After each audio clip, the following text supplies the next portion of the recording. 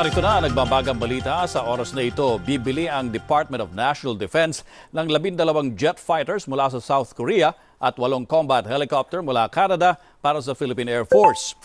Nagkakahalaga ng 19 bilyong piso ang Fighting Eagle na sinasabing pinaka-advanced na light combat aircraft sa South Korea.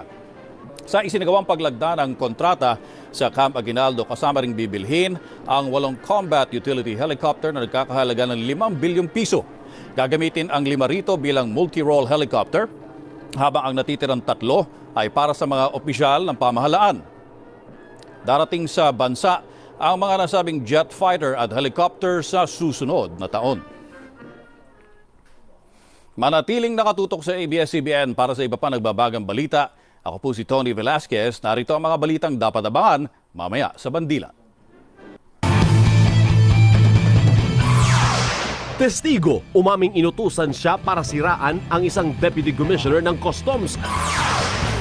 LTFRB, nagbantang huhulihin ang mga driver na magtataas singil sa jeep sa Lunes. Tatlong hinihina ng carnapper, huli. At Ann Curtis, binirit ang Let It Go. Para sa Ann Capal Concert, tutukan sa Bandila.